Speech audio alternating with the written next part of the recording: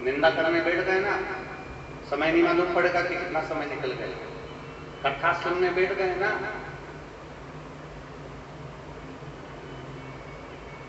रामदेव बाबा के सारे आसन लगा लोगे बैठ बैठ।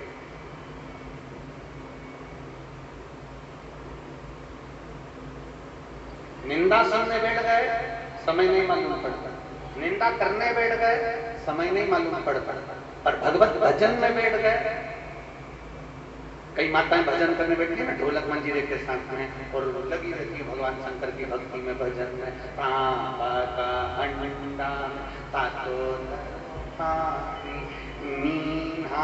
भोला मिला के भोले को अपना।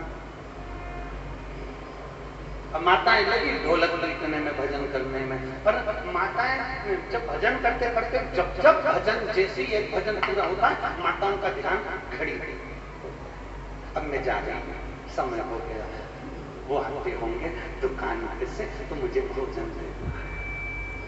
अब माताओं को ये समझना चाहिए कि तुमने कहा वो आते होंगे मुझे भोजन देना है, और मालूम पड़े तू अभी है तो भोजन दे रही है, निपट जा तो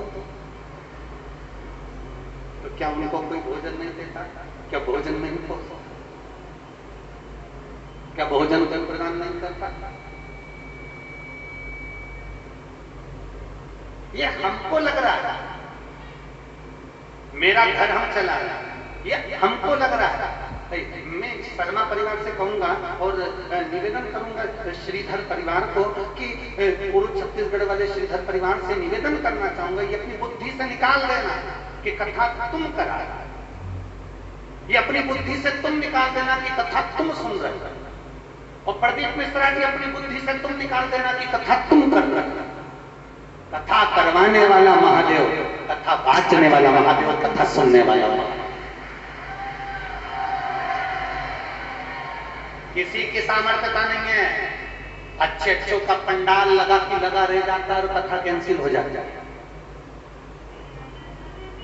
बहुत ध्यान देना, बोलो सही है कि गलत?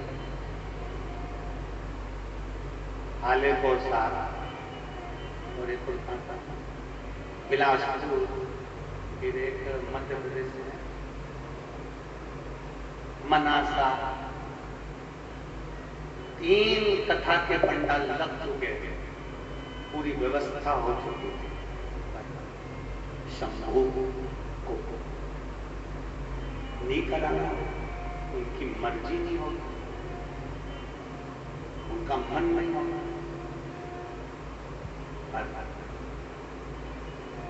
पुरुष वालों, तुमने लोटा भर के चल तो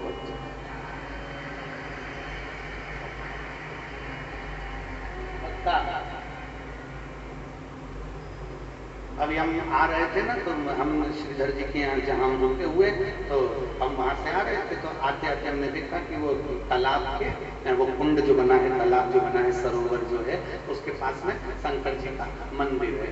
हमने आते आते तुरंत ललित महाराज से कहा और हमारे पीएसओ से कहा, कितना जोरदार जगह पे श्रीधर परिवार ने रुकाया, सामने के सामने तालाब, सामने के सामने शंकर जी, लोटा भरो, लोटा भरो।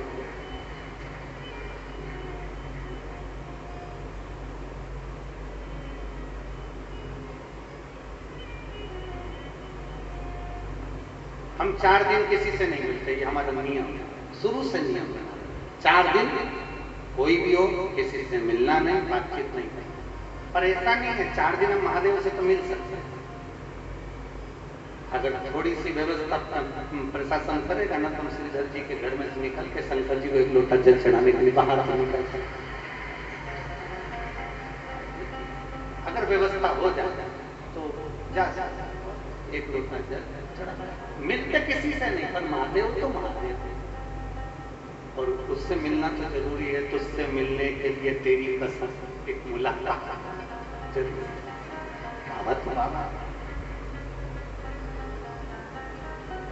बस सत्य है खुद वालों, सत्य बात बिल्कुल सही। तुम लोगों ने कुछ ना कुछ तो किया, कुछ ना कुछ तुम्हारा पुण्य इतना प्रबल हुआ है कि छत्तीसगढ़ में ये कुरूद में कथा देवदेव महादेव की कृपा से हो रही है। ये शिव ही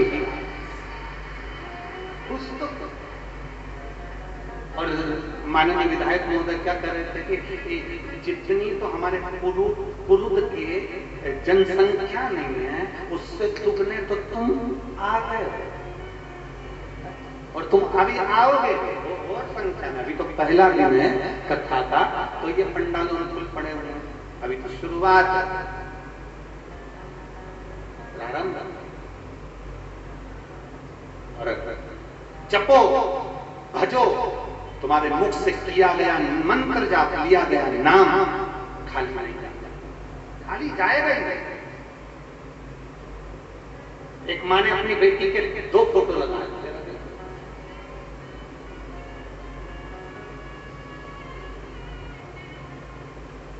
अभी तो ट्रेन में पत्र लिख के भेजा, मैं चाय पीऊंगी, तो जिसने पत्र लिखा ट्रे वापस ले जाना।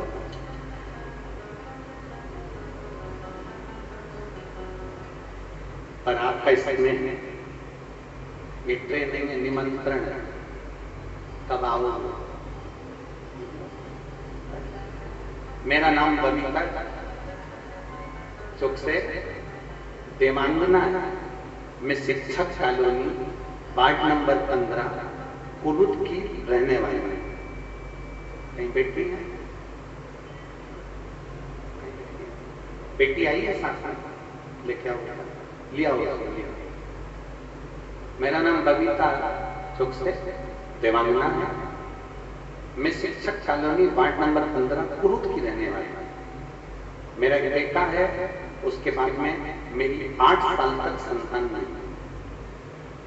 बेटे के 8 साल होने के बाद मेरा कोई गर्व नहीं ठहरा, तब मैंने देवादिदेव महादेव का पशुपति व्रत किया, और पशुपति व्रत करने के बाद मेरे यहाँ गर्व ठहरा। पर मेरी इच्छा यह थी कि मेरा पहले का बेटा है तो मेरे घर में बेटी जन्म ले। मैं देवादिदेव महादेव से रोज प्रार्थना करती कि मुझे एक बेटी का जन्म हो, और बाबा की कृपा से, पशुपतिनाथ भगवान की कृपा से मेरे यहाँ 14 अगस्त 2022 को बाबा ने मेरी गोद भर दी और मेरे घर में बेटी ने जन्म लिया। मैं बाबा को धन्यवाद करता हूँ। पर गुरुदेव, जब मेरी बेटी जन्म ले ली, जन्म लेने के बाद थोड़ी बड़ी हुई तो उसकी आंख दोनों टेढ़ी, जिसका फोटो में लगा रहा है।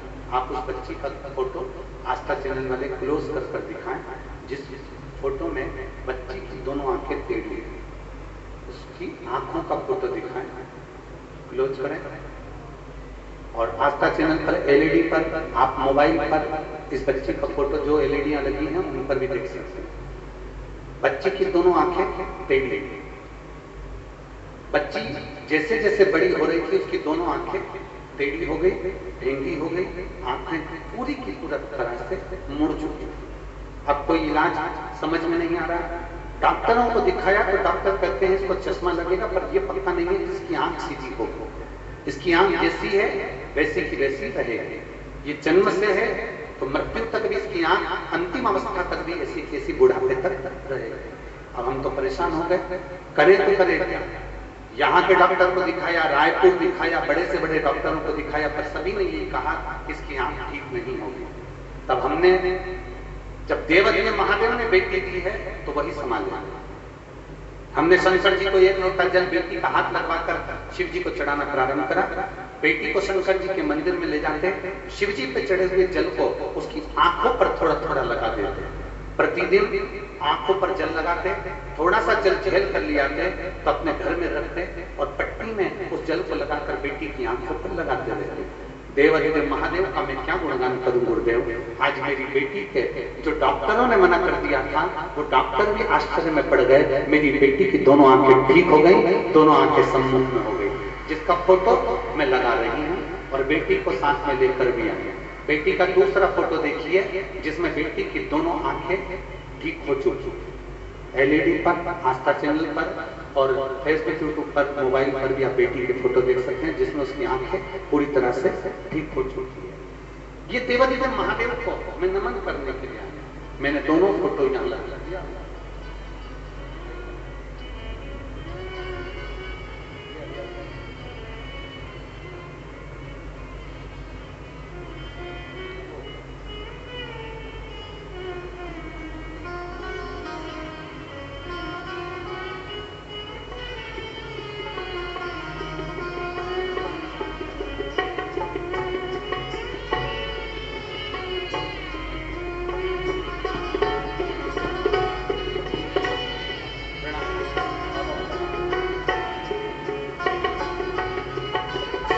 की आंखें आप देख सकते हैं।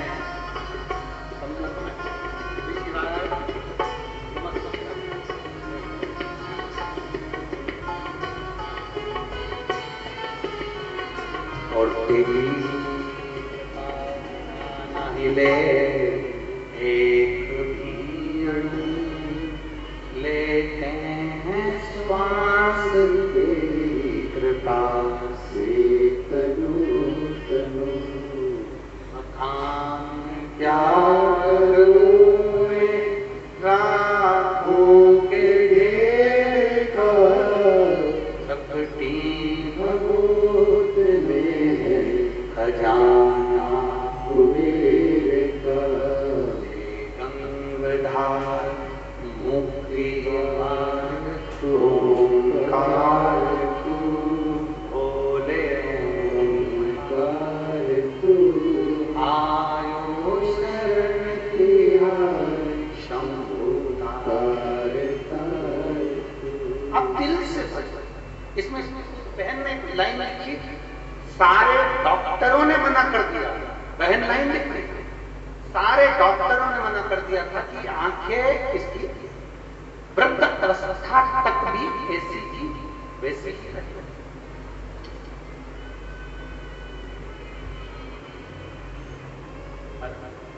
शिव शिव शंकर शंकर और शिव को खड़ी है, उसको पहचानना कठिन है। मैं कुरुद के रहने वाली बहन बेटियों से, मैं कुरुद के रहने वाली माताओं से, मैं कुरुद में रहने वाले एक एक भाई से निवेदन करना चाहूंगा, मेरा भोले बाबा कुबरेश्वर धाम से चलकर जब तुम्हारे कुरुद तक आ सकता है तो आप भी अपना घर छोड़कर इस कुरुद की कथा में जरूर पहुंचो।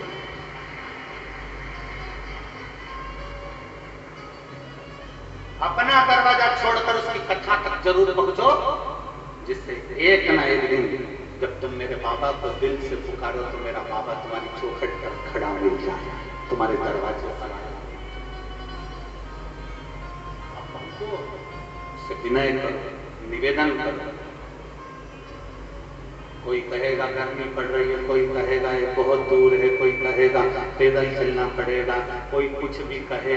और याद रखना, जितने कदम पैदल चलकर शिव महापुराण की कथा तक पहुंचते हो ना, उतने अश्वमेध यज्ञ अपनी जिंदगी की कर लेते हो। साधारण नहीं है शंकर की चौखट तक जाना। शिव की चौखट तक जाना साधारण नहीं है, शंकर के दरवाजे तक पहुंचना साधारण। देवराज पहुंचा भगवान शंकर के साथ, देवराज पहुंचा भगवान शंकर के चोरी का धन लेकर। किसी भी भाव में पुकारना, पुकारो पुकारो।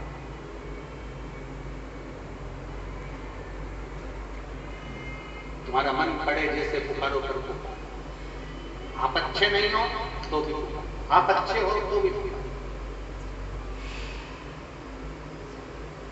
लोग कहते हैं गुरु जी हमने आपकी कथा 4 बार सुन ली, कोई कहेगा हमने 5 बार सुन ली, कोई कहेगा हमने 10 बार सुन ली, कोई कहेगा हमने 20 बार सुन ली। क्या और कथा सुनना चाहिए? हम कहते हैं उदर की तृप्ति के लिए रोज भोजन जरूरी है, आत्मा की तृप्ति के लिए रोज शिव महापुराण जरूरी है। आत्म तृप्ति का विषय है, आत्म तृप्ति।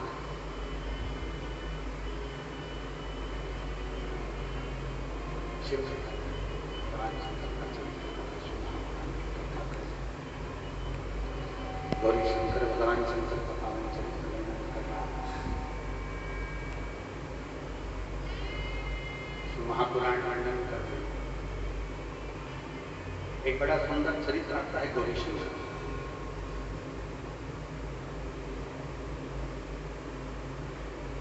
शिव जी का एक नाम हुआ है मुक्तेश्वर।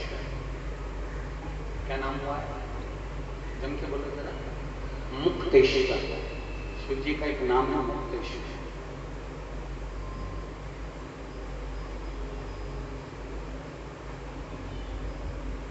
एक बासी के एक राजा हुए,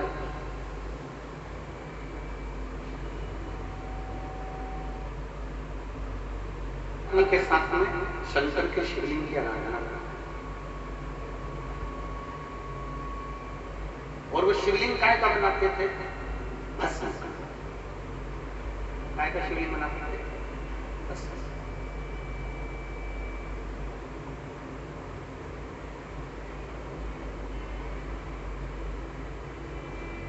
कई लोग कहते हैं गुरुजी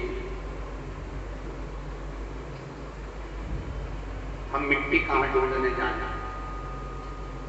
शिव महापुराण की कथा तो कहती है, ब्रह्म वैवर्त पुराण के अंतर्गत में लिखा हुआ है कि अगर कुछ ना मिले तो भस्म का, गाय का गोबर जो जल गया हो, कंडा जो जल गया हो, उसकी राख भी होना तो उसका भी शिवलिंग निर्माण कर। भस्मी का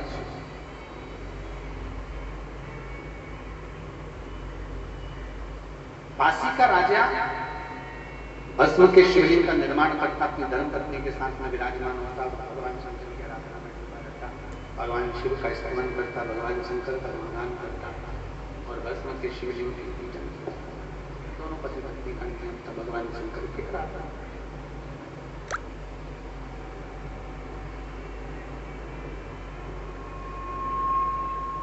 दोनों पति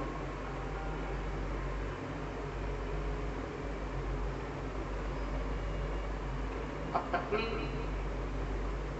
केवल शिव की आराधना नहीं करती थी, गौरी शंकर की आराधना।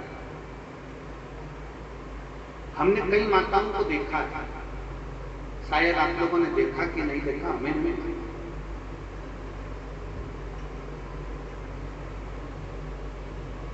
माताएं गोराणी करती हैं।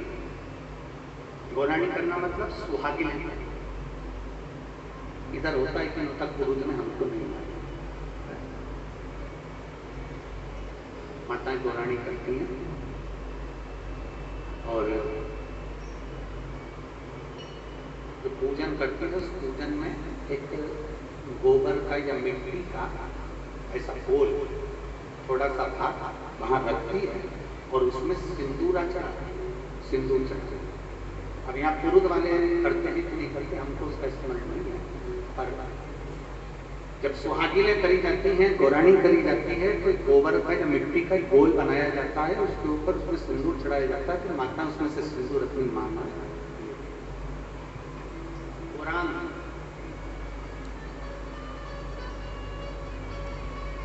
गौरी शंकर,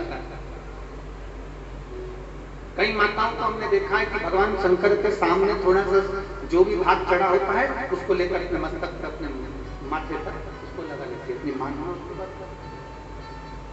अब जो बासी का जो राजा था, बासी का जो राजा है, उसकी जो धर्मपत्नी है वो शिव जी की शिवलिंग का निर्माण करती है। उसके सामने अगर उसको मिल जाता है माटी का ढेला तो उस पर सिंदूर चढ़ा देती है, गोबर मिल जाता है तो उस पर सिंदूर चढ़ा देती है, या कोई पत्ता मिल जाता है वृक्ष का उस पर रखकर उस पर सिंदूर चढ़ा देती है। उसका 7 बार सिंदूर चढ़ाती है और 7 बार मांगना करती ही उस बासी के राजा की धर्मपत्नी का नाम। जैसे हमने एक बार कथा में आपको वर्णन किया था, शायद आप लोगों ने सुना है कि नहीं सुना, जिनने सुना होगा वो बोल रही है। एक बार हमने कथा में कहा था कि तुम्हारे श्रृंगार की अलमारी में जिसमें तुम दर्पण देखती हो, तैयार होती हो, नारी श्रृंगार की अलमारी में मांग भरने की कितनी भी पेंसिल रख ले, वो मांग भरने का कितना वो नई नई डिजाइन की पेंसिल आती है जिसकी वजह से घिस लेती है तो मांग भरा जाता है।